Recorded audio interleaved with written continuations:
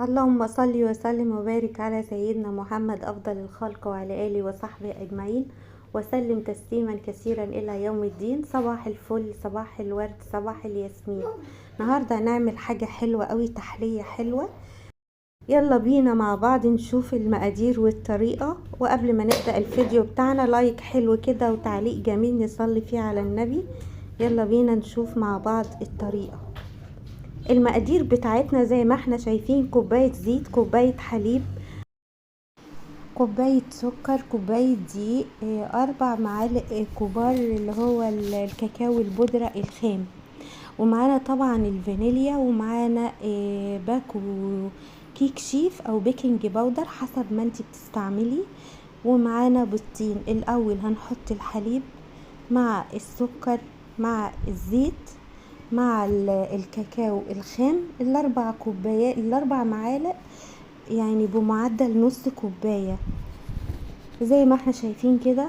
بحط السكر، حطيت الاول الحليب، بعد كده الزيت، بعد كده السكر.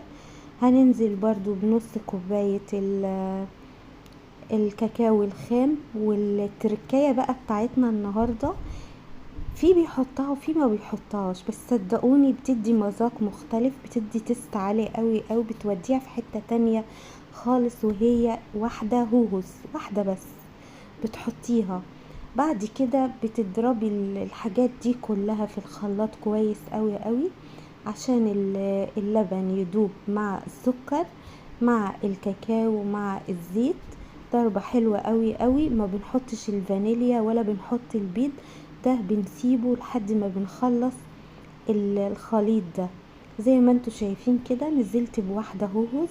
طبعا عايزة تحطي براحتك، مش عايزة بس طعمها حلو قوي قوي. يعني انا ما بعملش الطريقة دي الا ما بحط فيها واحدة، بتدي طعم حلو، بتحسي فعلا ان انت بتاكلي هوز مش بتاكلي جاتو شاتو. المقدار اللي انا طحنته بقى في الخلاط، بصين على القوام بتاعه ازاي.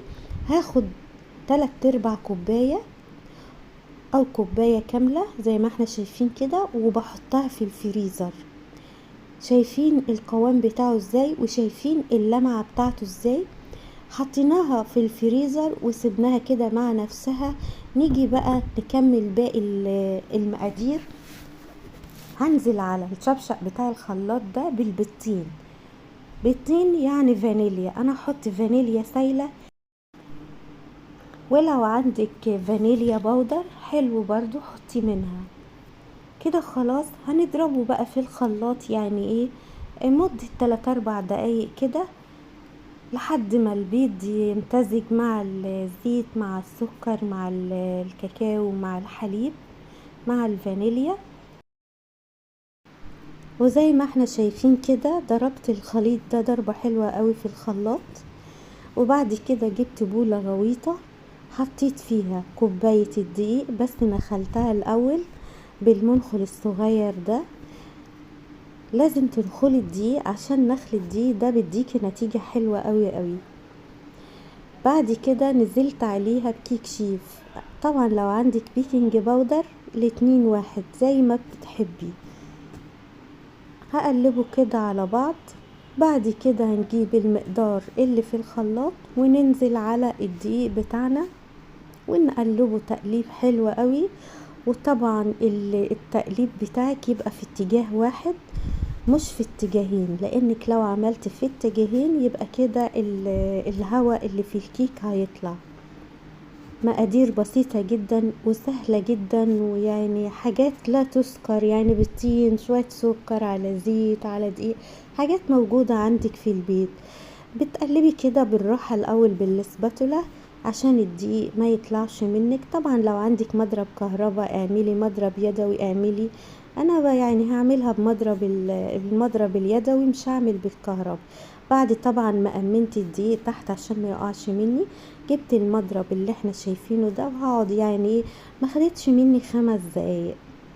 تقلبي كويس قوي قوي. بعد كده بتجيبي صينيه لا مستطيله لا مدوره زي ما انت عاوزه، بتبطنيها زي ما احنا شايفين كده. انا رشيت عليها زيت، بعد كده حطيت لها شويه دقيق. لازم تعملي البطانه في الصينيه عشان الكيك ما تلزقش منه.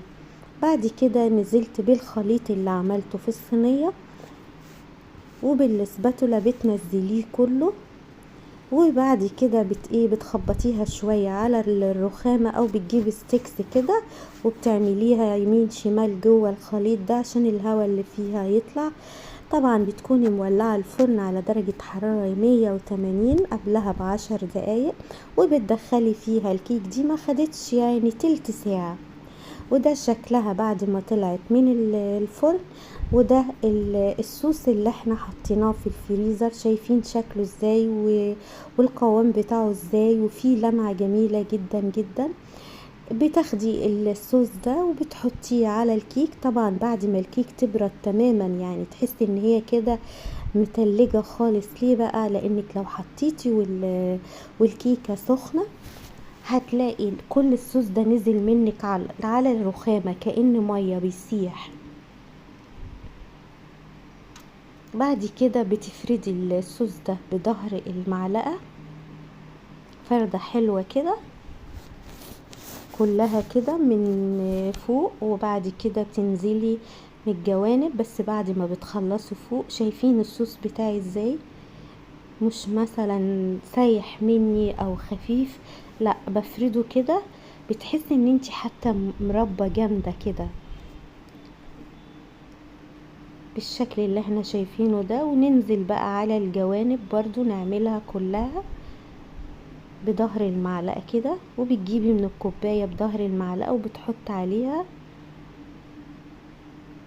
بتداريها كلها كده زي ما انت شايفة. او طبعا لو انت عاوزة الكيكة دي بتجيبيها من نص كده تعمليها نصين، تفتحيها نصين وبتحشيها من جوه كريم شانتيه مكسرات زي ما انت عاوزة. طبعا التزيين ده اختياري ليكي. انا عملتها هنا بالصوص اللي طلع من المقادير بتاعتنا. وطبعا التزيين ده حاجة ترجع لك، عايزة تزينيها مش عايزة مفيش مشكلة. بتسويها كويس قوي قوي وخلاها كده كلها متغطية مفيش حاجة باينة منها، الجوانب بتغطيها كويس. بتحاولي تسقيها بالصوص ده. بعد كده بحاول اعمل لها مناظر بالشكل اللي احنا شايفينه ده، تعملي كده تجاعيد عليها. شايفين القوام بتاعها واللمعة بتاعتها لما انا بدأت اعملها بالمنظر ده بدأت تظهر اكتر. بعد كده بقى عايزة تزينيها بجوز هند، عايزة تعملي كريم شانتيه، كريز، مكسرات، اي حاجة.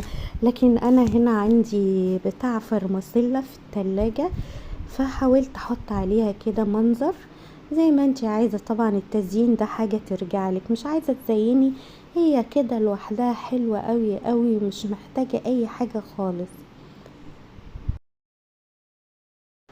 بعد كده بقى بتدخليها التلاجة وتسيبيها ساعة 2 3 لحد ما الصوص ده يجمد فيها خالص. وبعد كده بتطلعيها بقى بتقطعيها مربعات، بتقطعيها مستطيل، بتقطعيها مثلثات زي ما انتي عاوزة، حاجة ترجعلك. وطبعا التزيين ده زي ما قلتلكوا زي ما انتوا عايزين، لو عندكم كريم شانتيه حطم، اي حاجة عندكم حطم هتبقى حلوة برضو. وده شكلها في منتهى الجمال وما خدتش مني وقت خالص، شكلها حلو وطعمها احلى.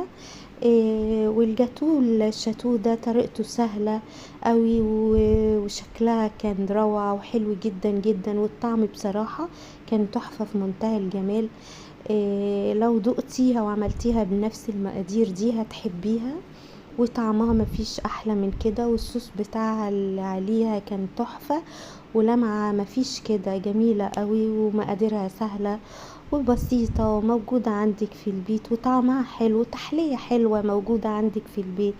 ممكن تاكليها بقى على اي مشروب بقى انت بتحبيه. جربوها بنفس الطريقة هتعجبكم قوي. وطبعا زي ما قلنا الصوص بتاعنا بنشيله بعد ما بنعمل الزيت والحليب والسكر والكاكاو. اوعي تحطي البيض وبعد كده تشيلي الصوص منه، لا، لان الصوص كده هيبقى زفر. اهم حاجة ان الصوص بتاعك يبقى بعيد عن البيض والفانيليا. اول ما بتعملي المقادير بتضربها كويس قوي قوي في الخلاط، بتاخدي كوباية الصوص دي وبتحطيها في الفريزر. ليه بتحطها في الفريزر؟ بتحطيها في الفريزر عشان تتقل.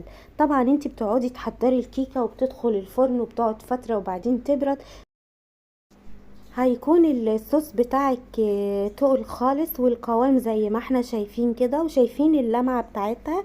اللمعة بتاعتها دي عشان كوباية الزيت، ويا ريت الزيت اللي بتحطيه يكون زيت نضيف، مش من زيت التموين، يكون زيت الذرة كده، حاجة نضيفة عشان يخلي الجاتو بتاعك ريحته حلوة قوي.